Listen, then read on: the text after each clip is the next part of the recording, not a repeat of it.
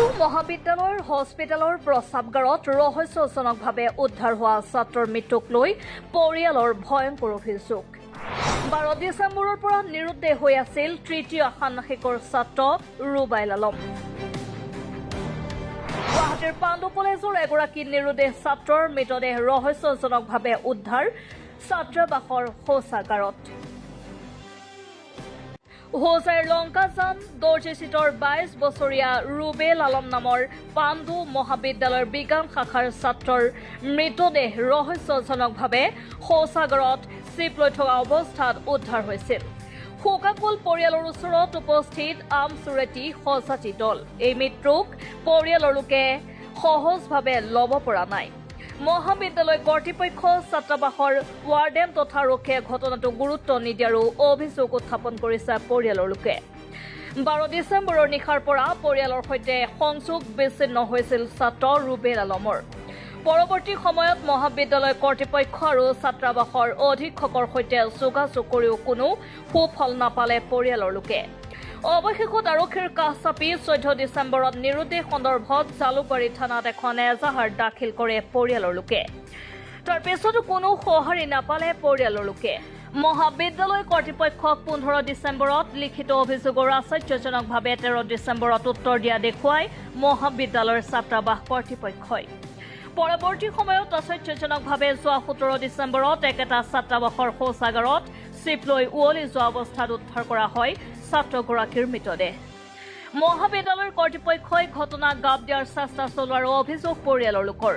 বৰ্তমান মহাবিদ্যালয় কৰ্তৃপক্ষ আৰু আৰক্ষীৰ স্থিতিক লৈ সন্দেহ প্ৰকাশ কৰিছে সচেতন মহল তথা পৰিয়ালৰ লোকে। এয়া কোনো আত্মহত্যাৰ ঘটনা নহয়, এয়া এক পৰিকল্পিত হত্যাকাণ্ড বুলি দাবী কৰিছে আমচু তথা পৰিয়ালৰ লোকে। অতি শীঘ্ৰে মুখ্যমন্ত্ৰী ডক্টৰ হিমন্ত বিশ্ব শৰ্মাক উক্ত ঘটনাত হস্তক্ষেপৰ দাবীৰ লগতে পৰিয়ালক ন্যায় প্ৰদানৰ আহ্বান জনায়। আমি যেতিয়া ভাইটি বিচাৰি পোৱা নাই তেতিয়া আমি হোষ্টেলত গৈ কোনো পাত্তা নোপোৱাৰ কাৰণে আমি আৰক্ষীৰ কোনো সহযোগিতা নোপোৱাৰ কাৰণে আমি গৈছিলোঁ তাত আৰক্ষীলৈ। ইয়াৰ পিছত আৰক্ষীলৈ যোৱাৰ পিছতো আমি বাথৰুমত তেনেকৈ ওলমি থকা অৱস্থাত পালোঁ।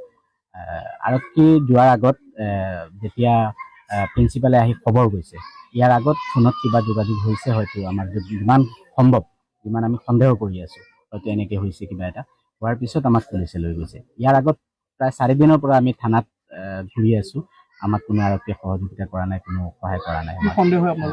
সন্দেহ এনেকেই হৈ আছে যে এইটো কিবা এটা ষড়যন্ত্ৰ হৈছে, মোৰ ভাইটিক হয়তো কোনোবাই মাৰি পেলাইছে। আপোনালোক যেতিয়া 4 দিন আৰক্ষীৰ ওচৰত ঘূৰি আছিল, সেই 4 দিনে মৃতদেহটো তাৰ বাথৰুমৰ ভিতৰতে আছে? তাতে আছে। মানে এতিয়াও কোনো আৰক্ষীয়েও গৈ তাত কোনো তদন্ত কৰা নাই? কোনো তদন্ত কৰা নাই, কোনো গুৰুত্ব দিয়া নাই আমাক। কোন থানা আছে? জালুকবাৰী থানা। জালুকবাৰী। হয়। আপোনাৰ ভাইটিৰ নামটো? ৰুবাইল আলম। এতিয়া আৰক্ষীয়ে বৰ্তমান তদন্ত কৰি কি ব্যৱস্থা গ্ৰহণ কৰিছে বৰ্তমান? এতিয়া আমি কোনো ন্যায় পোৱা নাই।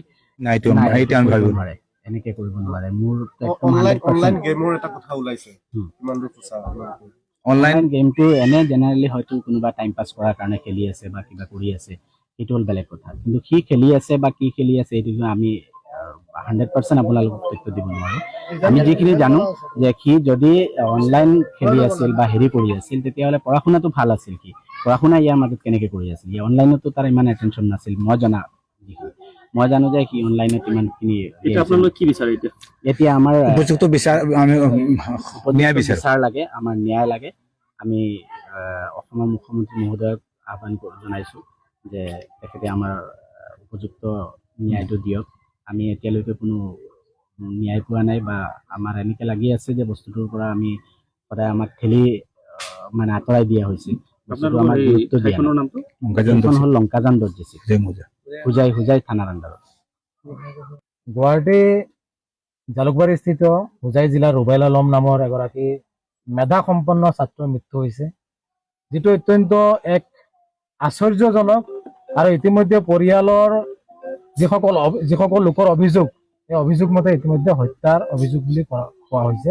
আৰু সমগ্ৰ বিষয়ৰ ওপৰত আমি লক্ষ্য কৰাৰ পিছত দেখা পাইছোঁ যে হোষ্টেল কৰ্তৃপক্ষ বা মহাবিদ্যালয়খনৰ কৰ্তৃপক্ষৰ যিবোৰ কাৰ্যকলাপ, এই কাৰ্যকলাপৰ পৰা এটা কথা স্পষ্ট হয় যে ৰুবাইল আলমৰ মৃত্যু নহয়, এইটো এক পৰিকল্পিত হত্যা হৈছে।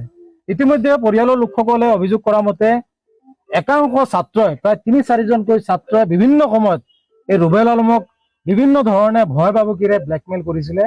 তাৰ সমান্তৰালভাৱে মহাবিদ্যালয় কৰ্তৃপক্ষই তেওঁলোকক জনোৱা মতে যে ৰুবেল আলম হোষ্টেলৰ পৰা ওলাই যোৱা CCTV ফুটেজ আছে, অৰ্থাৎ 13 তাৰিখ ওলাই গৈছিলে, সোমোৱা ফুটেজ নাই। কেনেধৰণে হোষ্টেল কৰ্তৃপক্ষৰ এই তেওঁলোকৰ অন্তৰ্গত যিখন বাথৰুম আছে, এই বাথৰুমত ৰুবেলৰ মৃতদেহ কেনেধৰণে আহিল, ৰুবেল আলম যদি ভিতৰলৈ সোমোৱাৰ CC ফুটেজ নাই, কেনেধৰণে আহিল। ইয়াৰ উপৰি আৰক্ষীৰ ওপৰত তেখেতসকলৰ অভিযোগ আছে যে আৰক্ষীয়ে কোনো ধৰণৰ গুৰুত্ব দিয়া নাই। গতিকে এই সমগ্ৰ বিষয়ৰ ওপৰত আমি পৰ্যালোচনা কৰিলে দেখা যায় যে স্পষ্টভাৱে আমি ক'ব বিচাৰিম ৰুবেল আলমৰ হত্যা হৈছে। গতিকে এই হত্যাৰ লগত জড়িত থকা যিসকল ব্লেকমেইল কৰা ছাত্ৰ আছে, যিসকলক পৰিয়ালৰ লোকে চিনাক্ত কৰি আৰক্ষীক দেখুৱাই দিছিলে, সেইসকলক আজিৰ দিন পৰ্যন্ত গ্ৰেপ্তাৰ কৰা হোৱা নাই। গতিকে আৰক্ষীয়ে এই ক্ষেত্ৰত নিৰপেক্ষ ভূমিকা ল'ব লাগে আৰু এই হোষ্টেল কৰ্তৃপক্ষ হওক, মহাবিদ্যালয় কৰ্তৃপক্ষৰ যিসকল আছে, অধ্যক্ষজনৰ ভূমিকা চূড়ান্তভাৱে এক সন্দেহজনক ভূমিকা আছে। গতিকে সকলোৰে বিৰুদ্ধে গোচৰ হ'ব লাগে, এইসকলক তদন্তৰ আওতাত আনিব লাগে আৰু ৰুবেল আলমৰ হত্যাৰ লগত জড়িত থকা যিসকল আছে সকলোকে কৰায়ত্ব কৰিবলৈ কঠোৰৰ পৰা কঠোৰ শাস্তি দিব লাগে। আমি জানো যে মুখ্যমন্ত্ৰী মহোদয় গৃহ বিভাগৰ দায়িত্বত আছে। ইয়াৰ উপৰি জালুকবাৰী মুখ্যমন্ত্ৰীৰ গৃহ সমষ্টি, এই সমষ্টিৰ পৰা তেখেতে বিধায়ক হৈছে আৰু মুখ্যমন্ত্ৰী হৈছে। গতিকে তেখেতৰ সমষ্টিত গৃহ বিভাগৰ দায়িত্ব থকা মুখ্যমন্ত্ৰীয়ে সমগ্ৰ বিষয়ে হস্তক্ষেপ কৰিব লাগে আৰু এই প্ৰতিভা সম্পন্ন ভৱিষ্যত এজন উচ্চ বিষয়া হলহেঁতেন এনেধৰণৰ এজন যুৱকক হত্যা কৰা যিসকলে আছে সকলো কালপিটি কৰায়ত্ব কৰিব লাগে আৰু কঠোৰতম শাস্তিৰ ব্যৱস্থা কৰাৰ ক্ষেত্ৰত মুখ্যমন্ত্ৰীয়ে এক নিৰপেক্ষ ভূমিকা পালন কৰি এই ৰুবেল আলমৰ পৰিয়ালক ন্যায় দিবলৈ আমি আঞ্চল পলাবা দাবী জনাইছো।